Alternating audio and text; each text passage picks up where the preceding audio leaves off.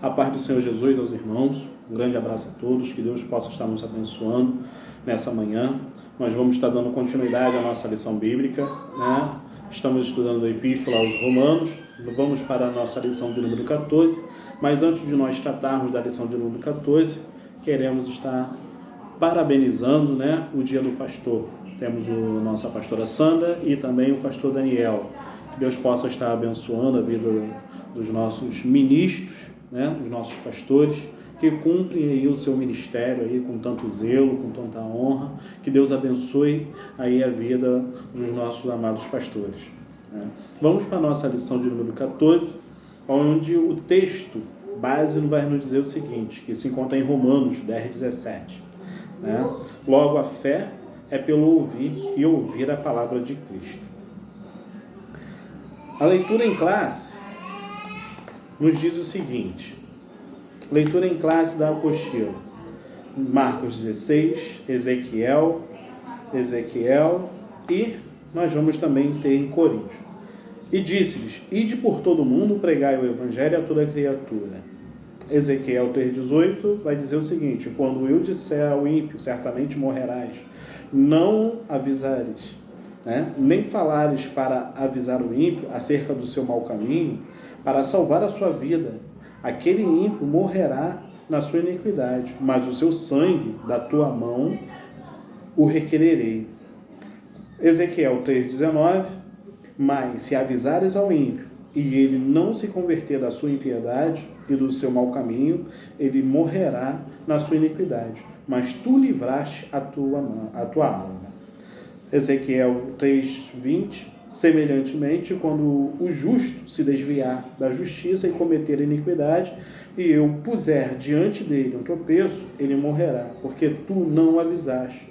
No seu pecado morrerá, e suas justiça que tiver praticado não serão lembradas, mas o seu sangue da tua mão o requererei.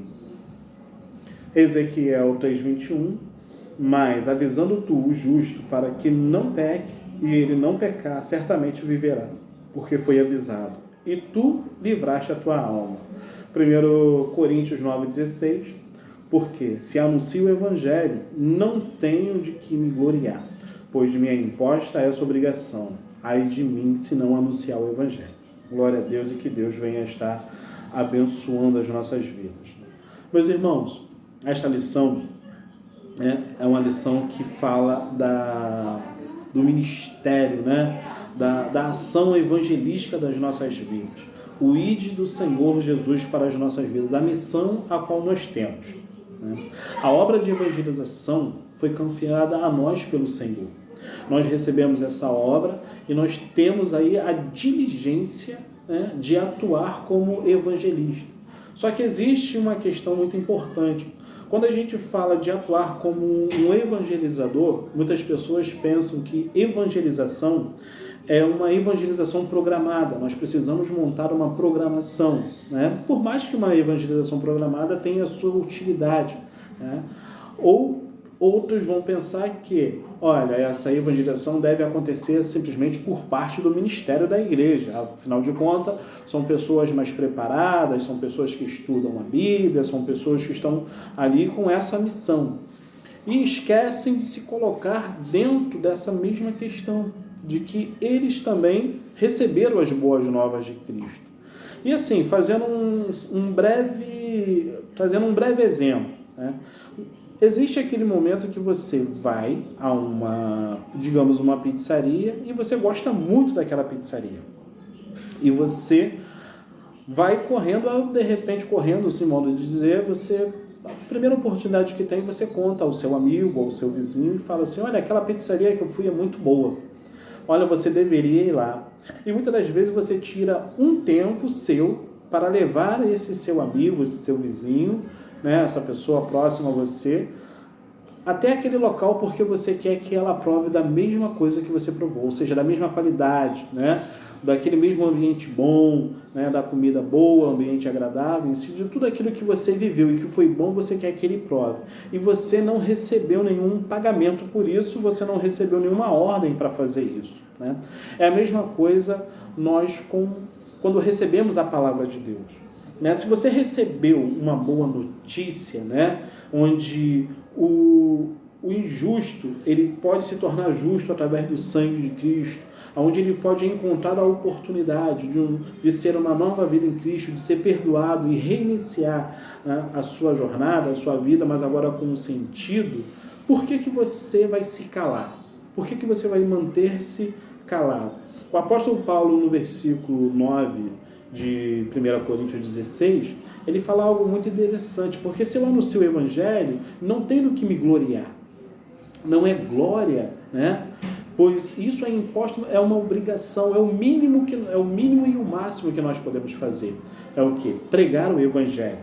A evangelização não é algo que está delimitado ao ministério da igreja, né? Ele não está limitado a uma pessoa, mas está limitado a todos aqueles que deram realmente ouvido, né, ao evangelho de Cristo, a ordem que ele incumbiu. E mais, né?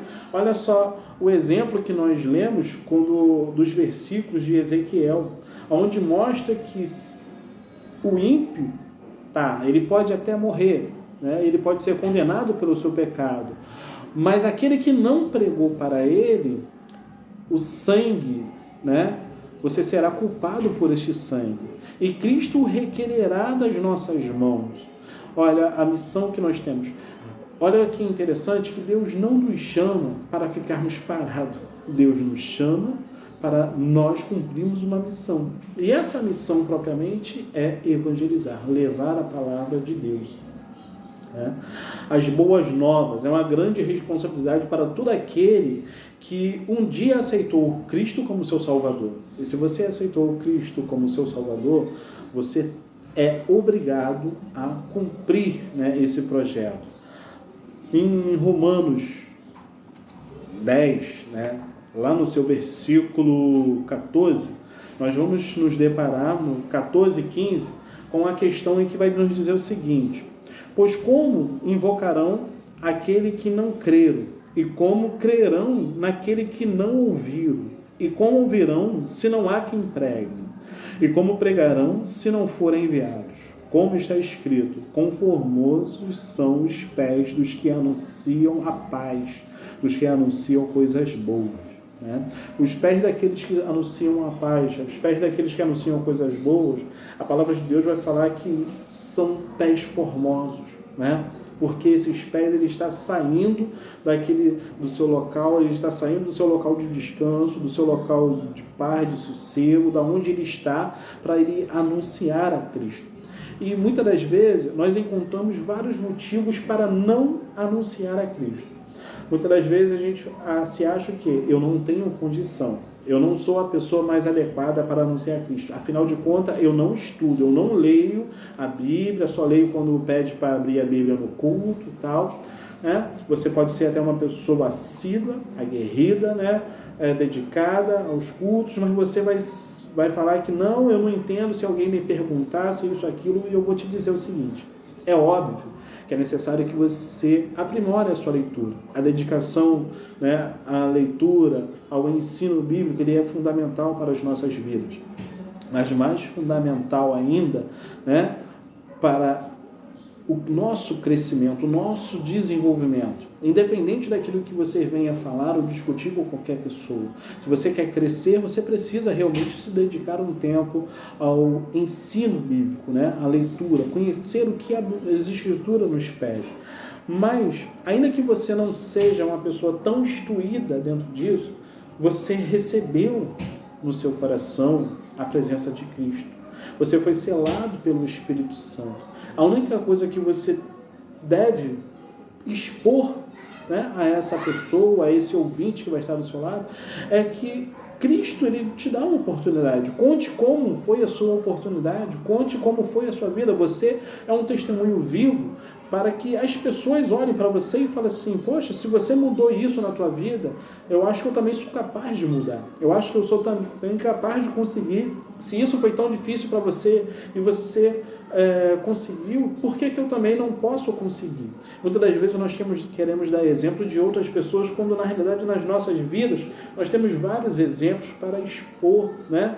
Exemplos de situações em que fraquejamos, de situações em que até mesmo não nos sentimos tão dignos, e nós temos vários exemplos de coisas que vivemos em família, como pai, como mãe, como esposo, como esposa, e assim por diante, de problemas às vezes, como enfrentar o vício, isso, aquilo. Às vezes tem alguma pessoa que tem algum problema com vício, com drogas e com qualquer outra coisa dentro de casa, e você lida com aquela situação, você tem as suas limitações e você encontra Cristo, Cristo te abençoa, te restaura, ergue a sua vida, você encontra um sentido, você encontra forças para continuar lutando sobre aquilo ali, e você fala, não, olha, eu não sou a melhor pessoa para falar de Cristo. Como você não é a melhor pessoa?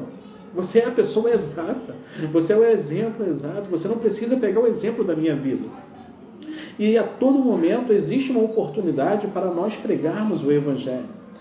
Graças a Deus, eu sempre tive muita oportunidade e eu posso dizer que eu não desperdicei a oportunidade. Mas eu não vou deixar aqui um exemplo meu, eu quero deixar um exemplo de uma pessoa que ela deixou um grande exemplo na minha vida, né? Que é um tio meu que já faleceu. Quando ele foi fazer uma cirurgia do coração que era necessária, ele sabia do risco que ele tinha, e o risco que ele tinha era o risco de não voltar, o risco de morrer. E ele foi para essa cirurgia, apostando num procedimento novo que poderia tanto ajudá-lo, assim como também, né, findar a sua existência, a sua vida. Ele pega, ele se interna, cumpre todo o processo natural, e enquanto ele está fazendo os seus exames, enquanto ele está vivendo aquele período ali para aguardar o dia exato em qual ele já estava internado, ele prega o Evangelho para as pessoas que estão nos outros quartos. Ele sai do seu leito, né? Porque aparentemente, clinicamente ele estava bem, mas havia uma necessidade dele fazer essa cirurgia. Era algo muito emergente para a vida dele. E ele sai do seu leito e ele vai pregar para umas 4, 5 pessoas de outros leitos, né? De outros quartos, né? Se eu não me engano era quarto particular que ele estava. E quando ele foi receber a visita do pastor da igreja, do pessoal da igreja, ele já tinha pessoas que ele já tinha combinado que o pastor estaria presente, que iria lá fazer uma oração e que essa pessoa iria aceitar Jesus ali e que o pastor ia dar a confirmação ali junto com ele. E assim que o pastor chegou, a primeira coisa que ele fez foi levar essas pessoas, né? Levou o pastor em cada quarto. Em cada quarto desse, as pessoas aceitaram Jesus. E quando ele foi para a sua cirurgia, ele não resistiu e veio a falecer. Assim, ele sabia qual o risco que ele tinha, mas ele também não tinha opção.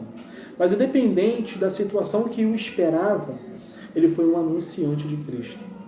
E muitas das vezes nós não anunciamos porque nós estamos vivendo um momento em que estamos tristes, estamos vivendo um momento desagradável, eu estou vivendo um momento que, olha, possa ser que eu perca meu pai amanhã, possa ser que eu perca minha vida amanhã.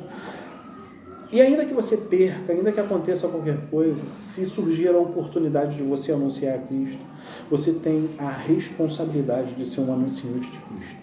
Cristo nos chamou para isso, né? Eu sei que nós nos deparamos com inúmeras dificuldades, né? Nós vamos ter exemplos de evangelização de situações dificultosas.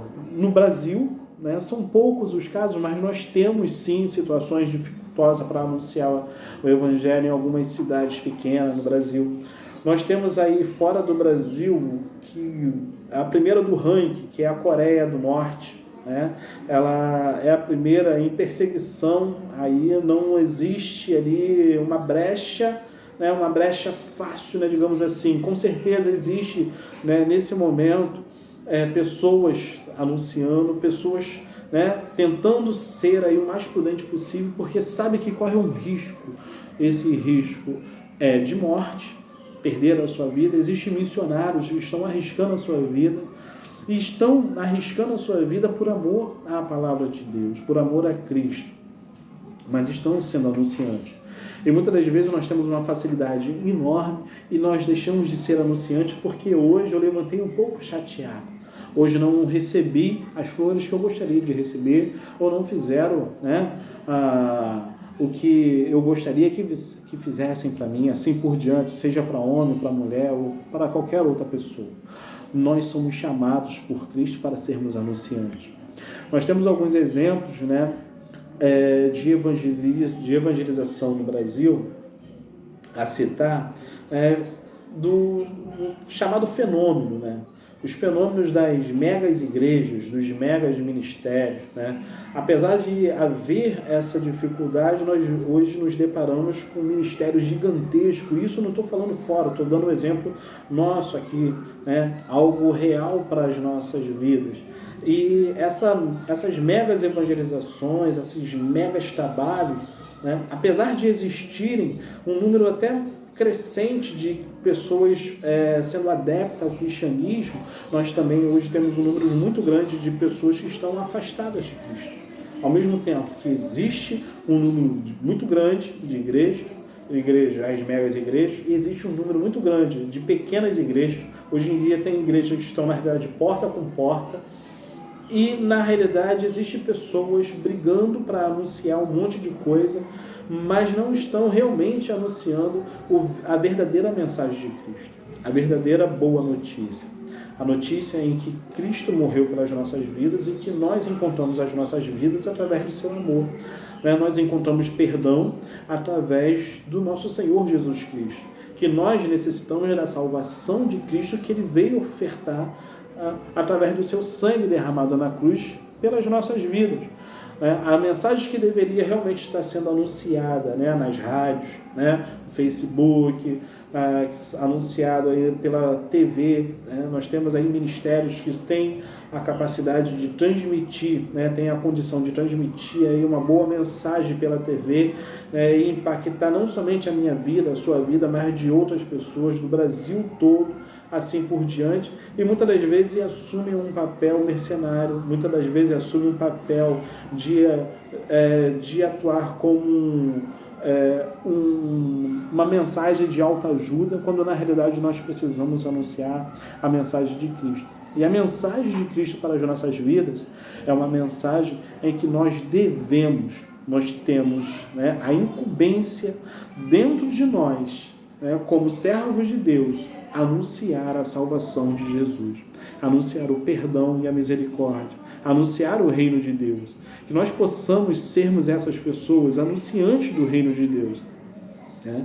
Que nós possamos realmente, né, termos os nossos pés formosos para sermos realmente as pessoas que levam boas novas, né?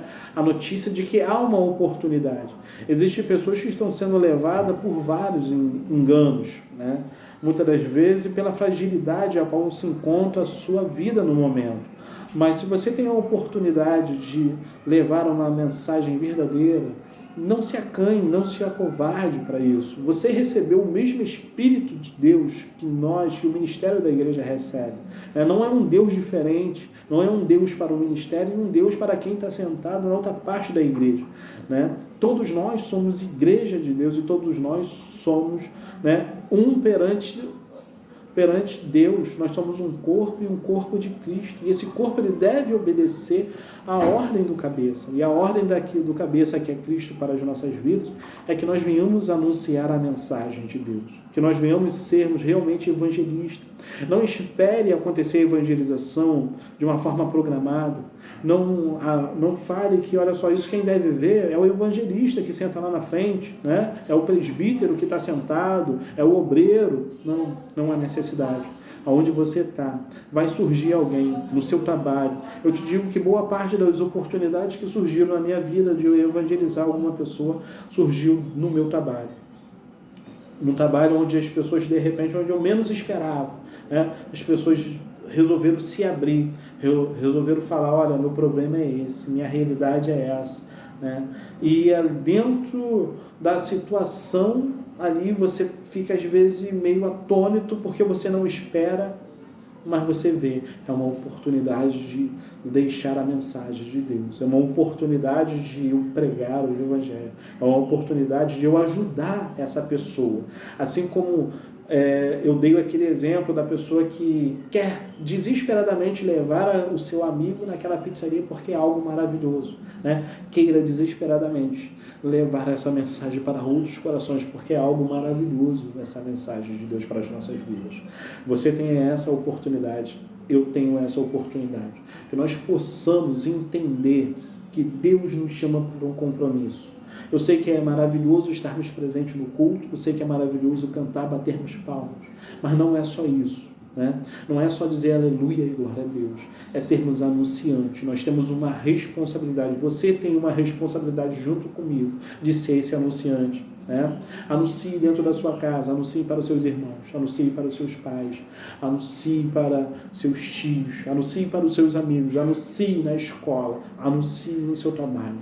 Seja um pregador, seja um evangelizador, né? Estude, né? Se você acha que você precisa, né, melhorar o seu conhecimento, faça isso, leia, se aprimore, acompanhe mais as nossas aulas bíblicas, né? Esteja atento, né? Se dedique mais, busque livros, busque acompanhar, ouvir as mensagens, busque estar presente, busque estar participando dos ensinos que acontecem. Mas independente disso, não se acanhe, você é a prova viva, você é real, você não é uma mentira. E só você sabe como foi difícil você aceitar o chamado de Deus, como foi a sua realidade de vida. E cada um vai ter experiência magnífica para expor como exemplo, para se expor como uma carta viva, realmente diante daquela pessoa e mostrar, olha, eu consegui, você também pode conseguir. Anuncie a Cristo. E com certeza você não receberá a culpa daquele sangue, daquele que resolveu não ouvir. Se aquela pessoa simplesmente resolver não ouvir, você não é culpado por conta disso. Mas se você resolver não falar, haverá culpa sobre você. Então não assuma essa culpa. Assuma a responsabilidade de ser um anunciante, né? Assuma o seu compromisso, o compromisso de um chamado. Daqueles que receberam o Espírito de Deus. Ele tem autoridade e toda a autonomia dada por Deus. Em nome de Jesus, que Deus possa estar abençoando as nossas vidas e que nós possamos realmente cumprir esse chamado de Deus nas nossas vidas. Que o Senhor venha estar nos abençoando, que esse dia seja um dia abençoado para a vida dos irmãos. A paz do Senhor Jesus.